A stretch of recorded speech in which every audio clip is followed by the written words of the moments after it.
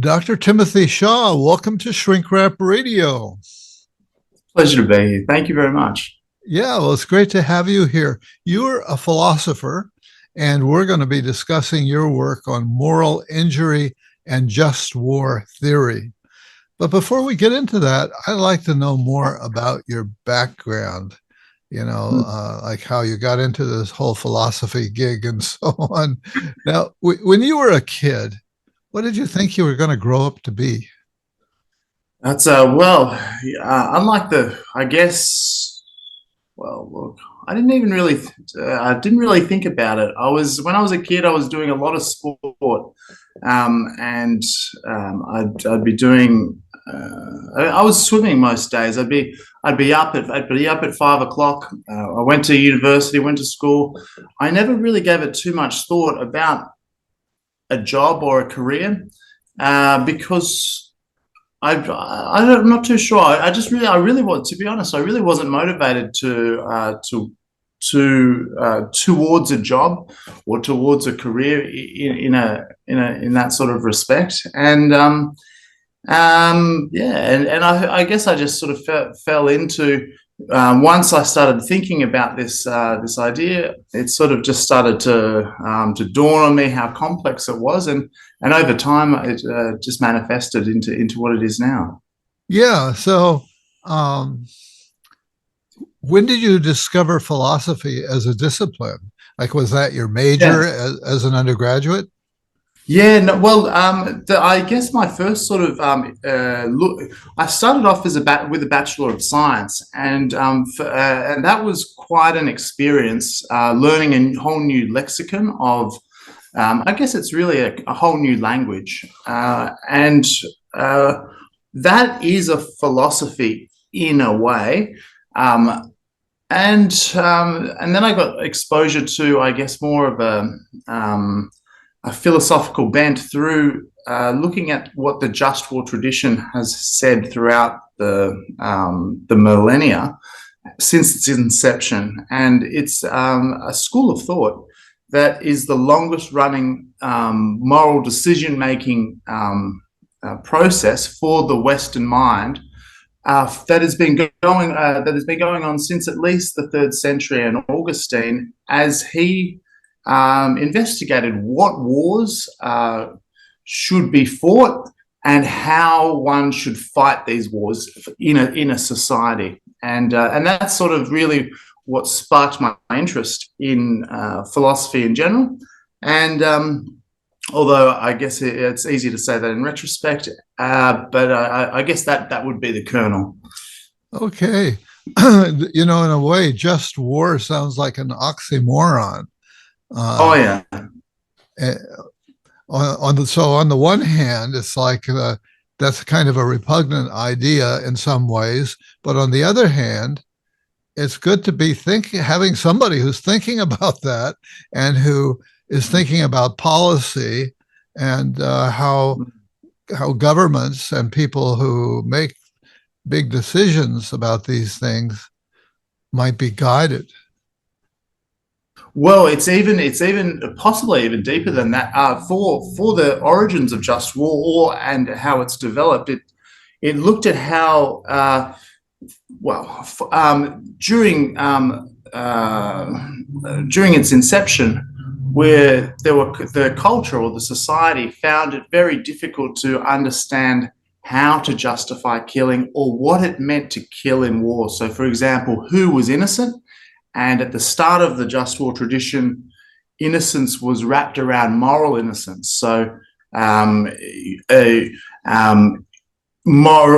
innocence. So, for example, if you could go to war and if a population was guilty, it meant that men, women, and children were guilty, and that idea of innocence has been operationalized around the ability to cause harm. So now innocence in war is someone that poses a threat, and so it's moved towards understanding who is a legitimate target in war, how to kill in war, and that is obviously morphed into poignant pointers for states, but it was really originating from the church, and to say, well,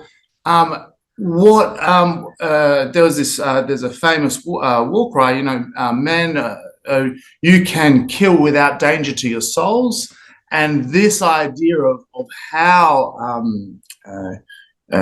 wars are waged, and the actions of war, and how those are internally processed, have been some of the major considerations for that tradition.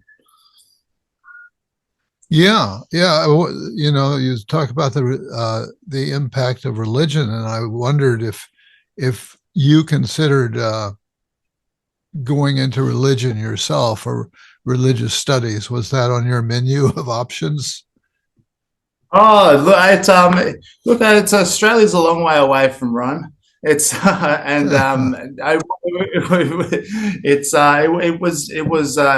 it hadn't crossed my mind. As a younger person that's been growing up in the times in which growing up, it's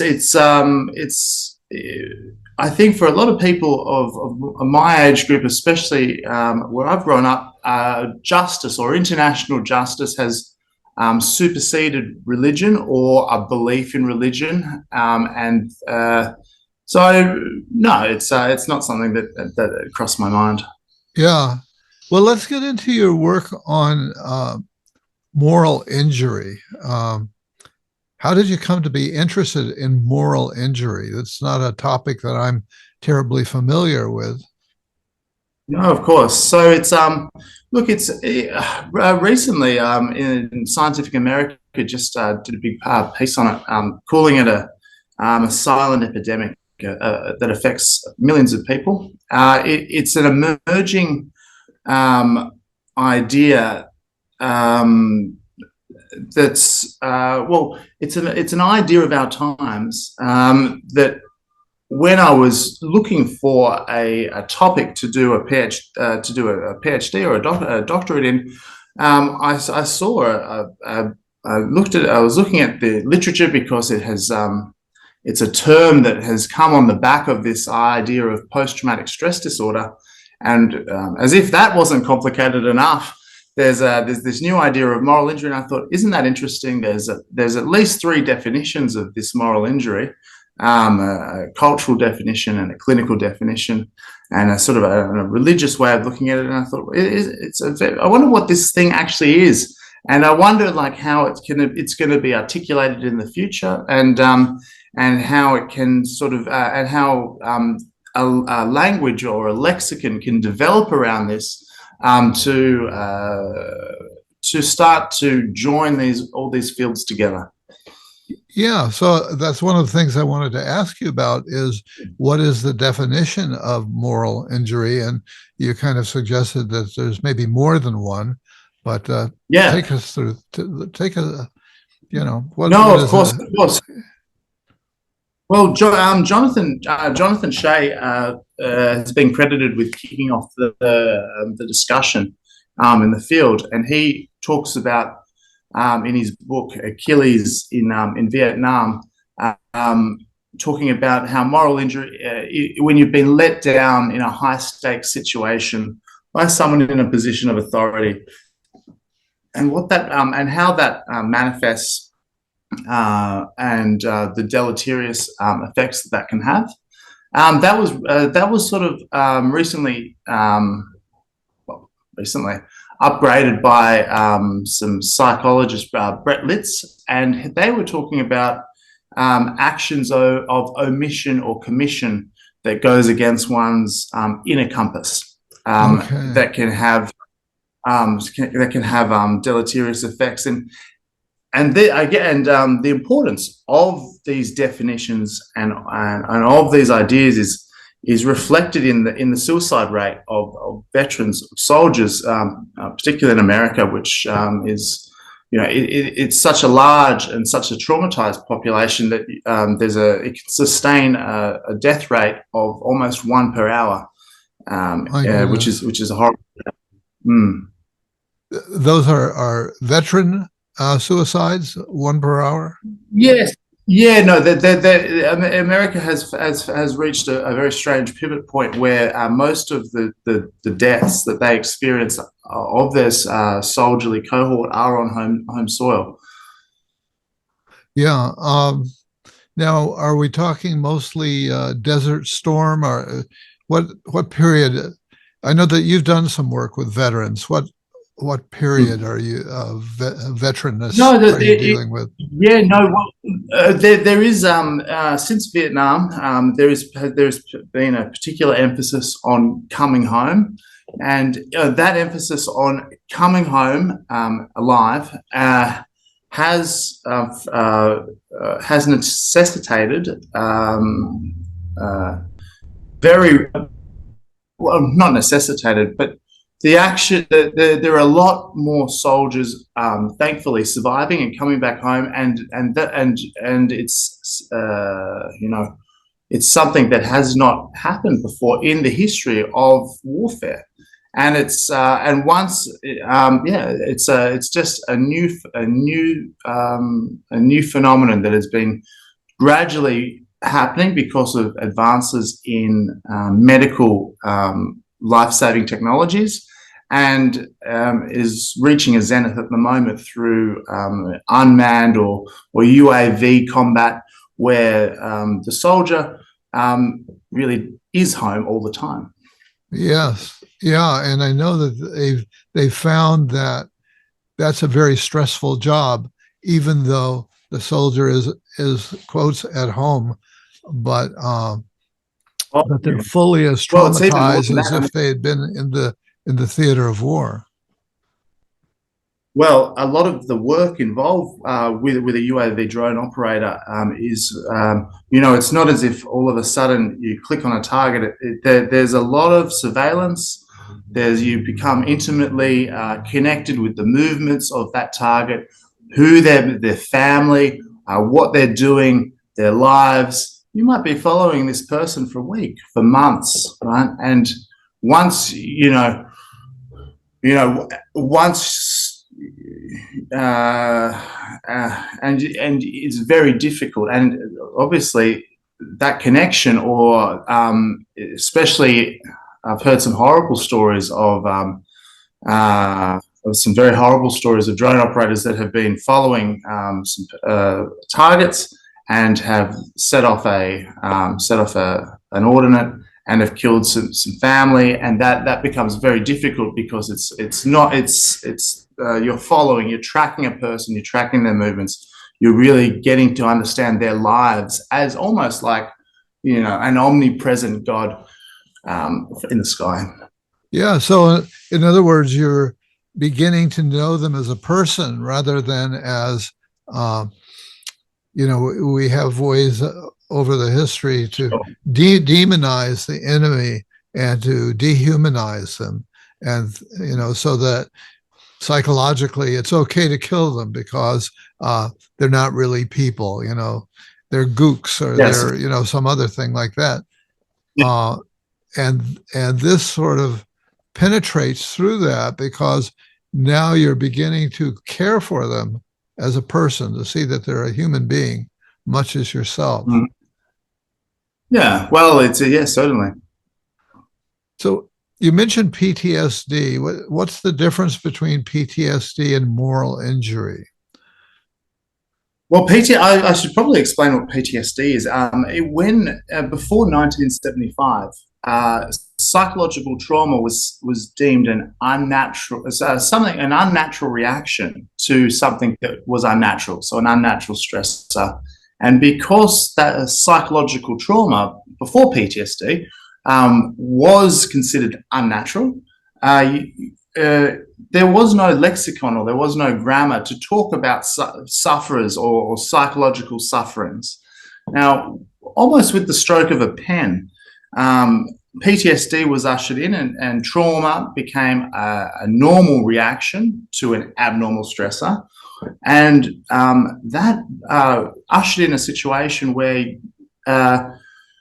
whether or not you broke your mind, or your mind was broken being shot at or shooting at somebody, right? Both not normal situations. Both not normal situations. PTSD deemed that trauma something that was a normal reaction. So whether or not you had PTSD from being shot at, or whether or not you had PTSD from shooting, that was considered normal because those were abnormal situations. But however, with PTSD, it became very, it started off as in the DSM as something that was mediated by fear. And because of the mediation of fear, it was re-articulated and taken mostly as a victim-centric conception of trauma, because and if you look at and society, and it became a bellwether of society. However, if you looked at the longitudinal studies of Vietnam veterans, was saying something slightly different. They said it's not quite fear, and the biggest predictor of PTSD or something like that, or what was happening, is not seeing your friend being blown up, or people shooting at you, or this or that. It was killing someone else, or shooting someone, or taking someone's life. And in that regard, fear or was not really maybe there was even excitement, of course. So moral injury came on the back of post-traumatic stress disorder, and it's really it started off as a definition, just like PTSD, of how soldiers are looking at this is where it gets interesting. This is where the definition sort of deviates, and where there's a little bit of room, and where a lot of people and institutions and ideas are coming in and vying for the moral injury space, or what it means to be morally injured, or how moral injury can be used to affect change, or to cry out for injustice, and the like, because it is now becoming a catch cry for example, a pandemic, or moral injury after a pandemic, and that is another sort of morphing of the idea. Huh. Yeah. So the idea that I'm getting here is that it's kind of gone beyond PTSD, which was really in a book, the DSM, and a listing of sort of bullet points. And if the person is evidencing 7 out of 10 bullet points or something along those lines, then they have PTSD. The idea of moral injury is going further, and it's kind of talking about the inner experience of the person who's gone through a traumatic event, and or help to create a traumatic event for somebody else, and that, you know, kind of almost brings us back to the religious perspective of that there's something in the human soul that's violated by all of this. Well, I think it certainly brings us around to situating it within a religious context, and the emergence of moral injury is it's a historical just as much as it is a psychological emergence, and it's no coincidence that it has emerged at the end of 2,000 years of Christian thought, and it's no coincidence that it has emerged after World War II and the Holocaust, and it's no coincidence that it's emerging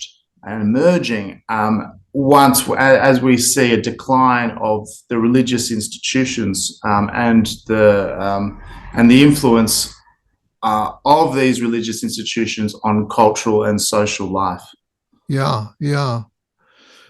You know, coincidentally, the interview that I'll do next week is with someone I've interviewed before. I wonder if you've heard of him, Dr. Edward Tick, who has worked extensively with Vietnam veterans and took veterans back to Vietnam to dialogue with the very people that they had bombed or shot at, or families were killed and so on. And fascinating work and transformative and brought and people were able to find meaning in the dialogue. That's exactly the search for meaning, or the articulation of meaning, is certainly the bellwether of moral injury. And if even the emergence of the term moral injury is the emergence of in a general sense, Christians or Christian societies finding a meaning for suffering, and the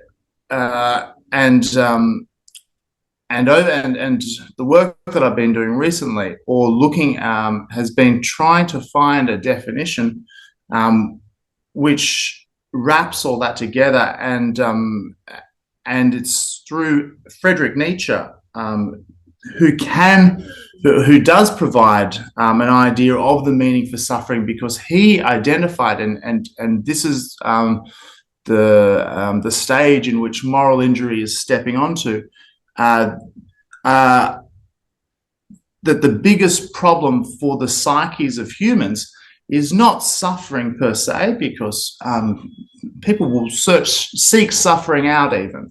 It's finding a meaning for that suffering, and if you can't find meaning for that suffering, then that becomes a tremendous problem, and a morally injurious problem at that.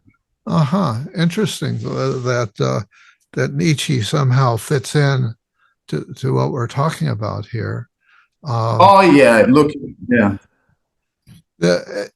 Edward Tick, who I spoke to before, draws upon the mythic imagery in helping veterans come to terms with what they've done and their involvement, and he calls upon the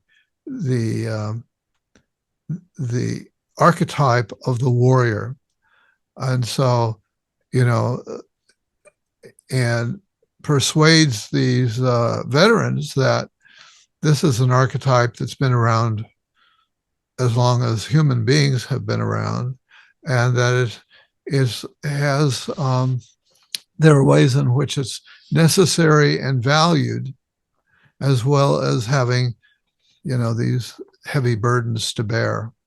And somehow this has been very helpful. Now, I'm interested that you keep referring to the Christian tradition, and I'm wondering, well, what about, these days, the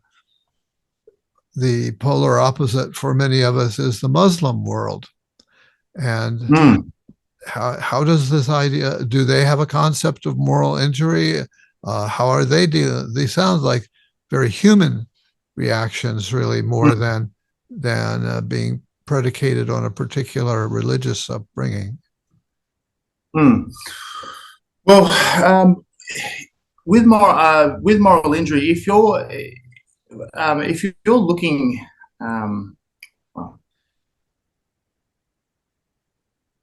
if you have a god, or we must remember that the recent war in Afghanistan was a war in a country that was 99.9% a single religion, which was the Muslim religion. How that's articulated, or what is fallen back on, is in moral injury, is this will to truth. And this is something that's very important for understanding why it's emerged in a Christian sense, or in Christian societies, and possibly what the difference is between moral injury in religion.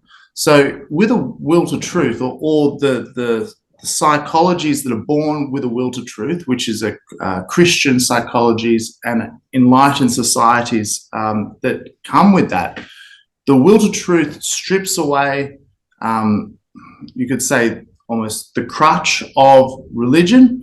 And if you have societies that haven't undergone an enlightened enlightened transitions, which have historically been have undergone through this mechanism of truth, or extolling truth as the highest virtue, and then there is a stop. You say, well, hang on a second, why did this happen to me? Well, you stop thinking about why it happened to you, because it happened to you because it was a divine occurrence, or there was divine meaning behind it, and it stops that mechanism right where it is, and moral injury becomes a lack of a disconnection of faith in a way, in that regard. And you're right, it's very interesting to look at moral injury, or how moral injury is articulated through different religions, and it is articulated or understood even slightly different in the Judeo idea of the Judeo-Christian tradition, as it is in Muslim or Islamic cultures. Yeah. Now, I gather that you've done some direct work with veterans. Is that right? Have you? Tell us about that. Oh, look, I've got a veteran that comes in most days, and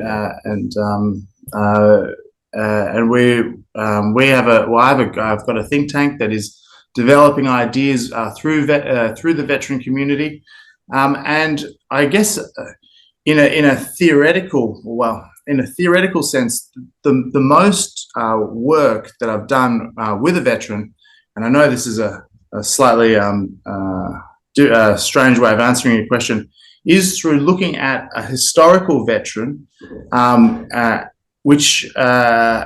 whom has written a lot about war, who has provided and who gives a new and clarifying definition to this field of moral injury. Is this a certain person that you're talking about? Yes. So he's look. It might. I'm not. It might be. It's surprising, but there was a veteran in history he before he went to war, he went and he volunteered for military service through his country, patriotic. And when he went to war as a medic, and as a captain and medic, and the experiences of war affected him. He came back, and the first thing he did was rip up his citizenship, give it back to didn't give it to anyone, put it in the bin, and remained a stateless veteran and a stateless philosopher for the rest of his life. And it was only after this gentleman got back from war that he started writing his books, and it was in these writings that a new definition of moral injury can be found. And the name of this veteran, we touched on it before, is Friedrich Nietzsche, and what not many people know is that his writings are inspired by war. His first book, The Birth of Tragedy, is a meditation on understanding, as your friend looking at Greek mythologies or Greek archetypes of how to understand tragedy, or what a tragic idea looks like, and trying to reconcile wartime experiences with a happy outlook.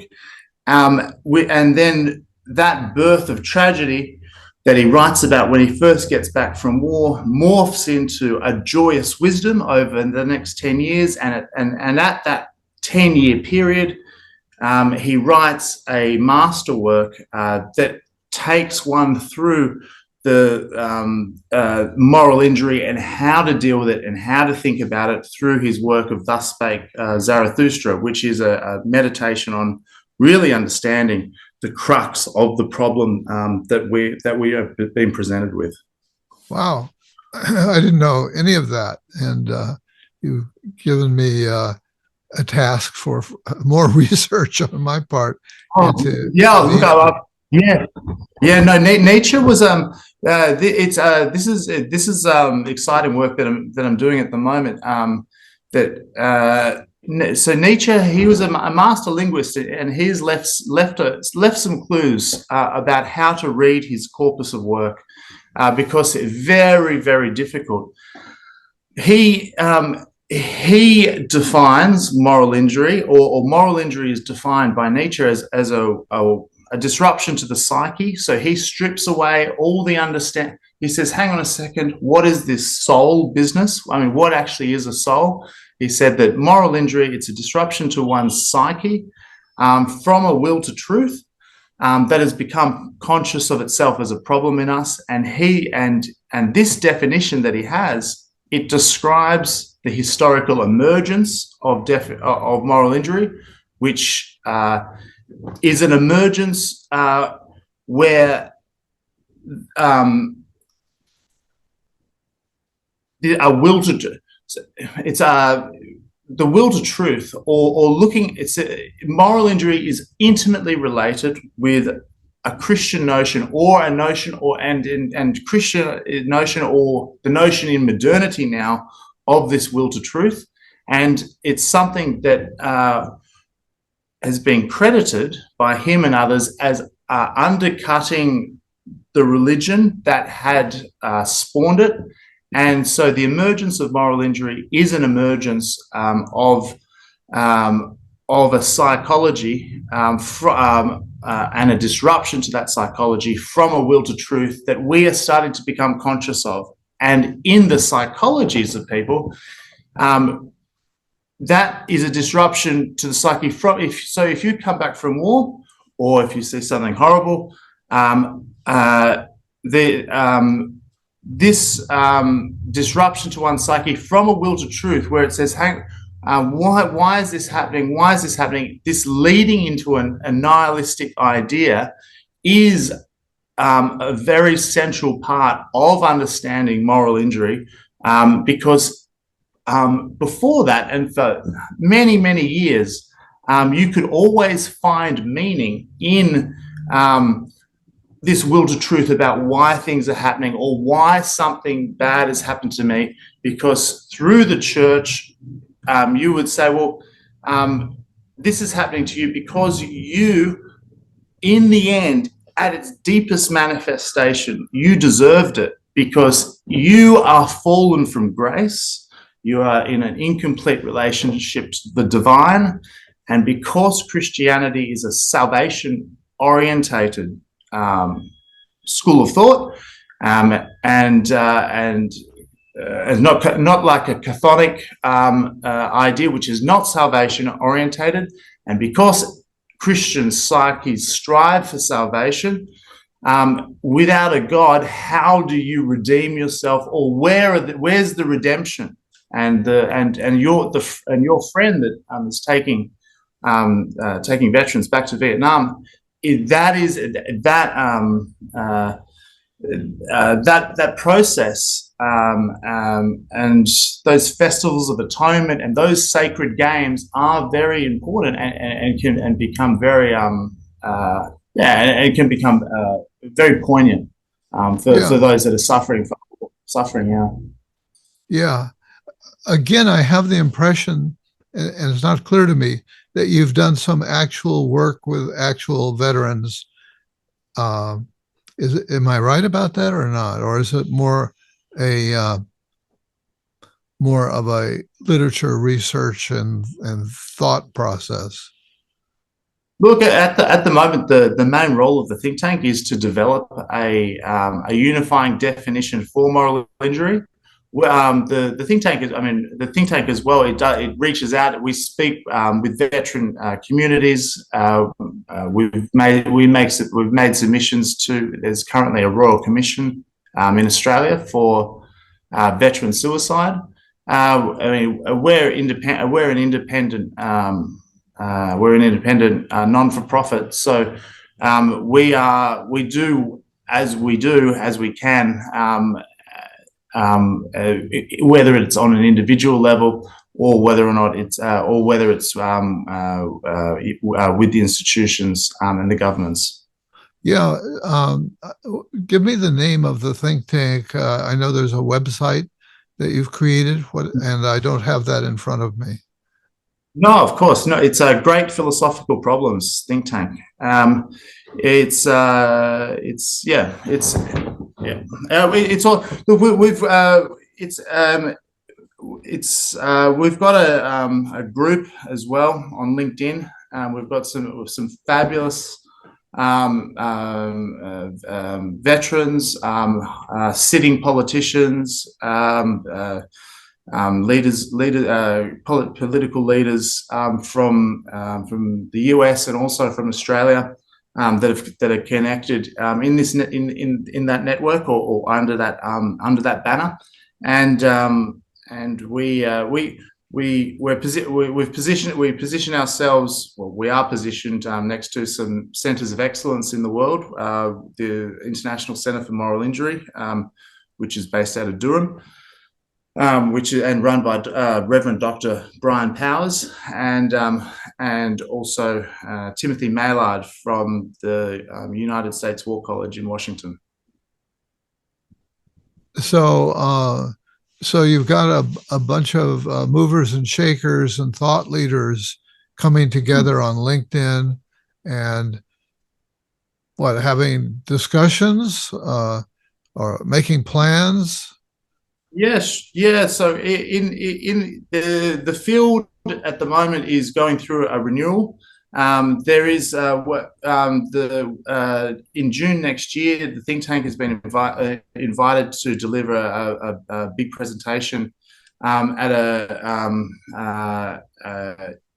for the delivery of continuing professional accreditation units for professionals in the field, and developing and straightening out the ideas that are surrounding this concept, and understanding how they can be treated, and where possible treatment outcomes can be found.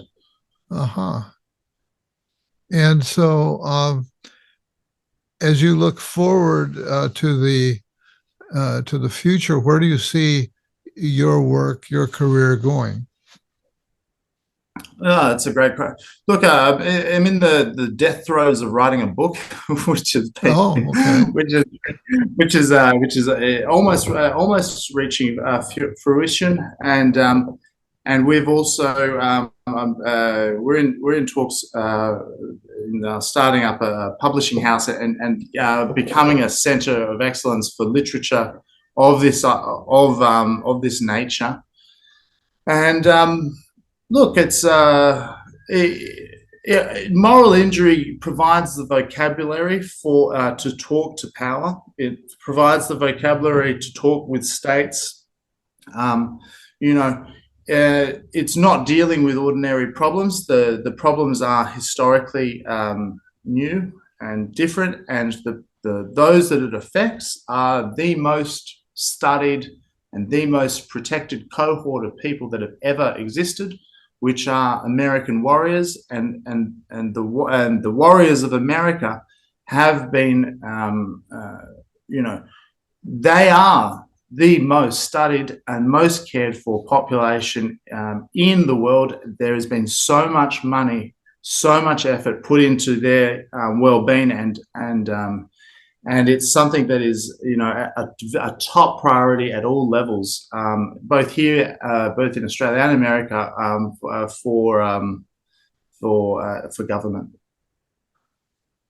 And how successful has been has that effort of pouring money and providing care and sustenance to those veterans, um, how successful has that been in your view? Well, that's yes, that's a it's almost it hasn't been successful, and that's in Australia. It certainly hasn't been. It's on a different scale than America, and we have a Royal Commission at the moment underway. In America, it has, despite best efforts, and uh, and perhaps there haven't been the best efforts, but there certainly is an imperative now, and a groundswell in America around veterans and veteran health, and veteran recognition, and that is very much welcomed. I can certainly say. Yeah. Is there a call to action in all of this? A call to action for our listeners and viewers, for citizens? Sure. Well, it's very difficult. So, in the work and in the talks that I've had with veterans and active military personnel, the call to action, well, for a start, they don't need a call to action. It's the societies that are around them that they are protecting that need the call to action, and it's a call that has not been. It's a it's something that is it's difficult to it's difficult even for people, even if they hear the call, to understand really what's the crux of what's being called of them, how one is to respond to such people whom the state who you see, soldiers are different than civilians.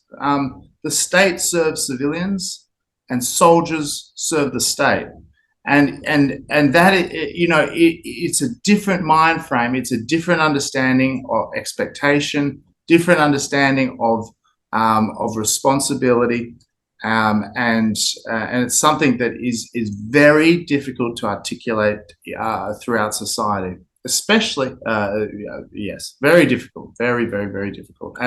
And once that articulation, if you get it right, has an immense possibility to alleviate some of the pressures on the minds and the souls of the veteran community. Yeah, well, it's certainly these are big projects that you've painted for yourself to take on, particularly with your think tank, to wrestle with the big philosophical problems, and you're underscoring the main one for us right now has to do with war and conflict. Is that right? Yeah, absolutely. The uh, it's where war is ubiquitous. How it's been, how warriors and how societies have understood post-war rebuilding. For example, I've been having discussions as well about what's happening at the moment in the Middle East and with Israel, and they are saying that that we're building settlements on disputed land because we pushed the enemy back when there was a 6-day war, and we're now going to build on this land, and understanding the justice or like these ideas of what happens after war, what happens to the soldiers, what happens to the ideas of society, how are the vanquished dealt with, what are these ideas? It's called a justice post-bellum. How do we articulate our responsibility not only to an enemy or an ex-enemy? How do we articulate our responsibility to the soldiers that have fought for us, and how do we care for the minds which have surrendered to become in means to ends, and how do you protect that, and how do you care for it, and how do you extol it to societies, and how do you because it's these ladies, men and women, they're highly trained people, and the whether or not it's a combat or whether or not it's not non-combat, the thoughts and the responsibility that they have had to internally articulate about their role in society and their role to themselves is invaluable. And the voice of veterans, whether it be in our societies or whether it could be channeled into humanitarian institutions, is invaluable.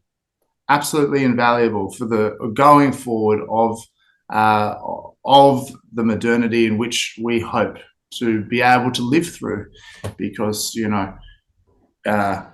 who knows what's around the corner, and one thing's for sure, it's very unlikely that humanity will progress into infinity without a very catastrophic failure of human thought and action. Well, these are certainly big issues that you're wrestling with, and I commend you for being willing to take them on and try to make something happen. And Thank you very much. Is there anything more that you want to add before we wrap things up here? Oh, it's been a pleasure to talk with you. Well, likewise. Okay, well, Dr. Timothy Shaw, thanks for being my guest today on Shrink Wrap Radio.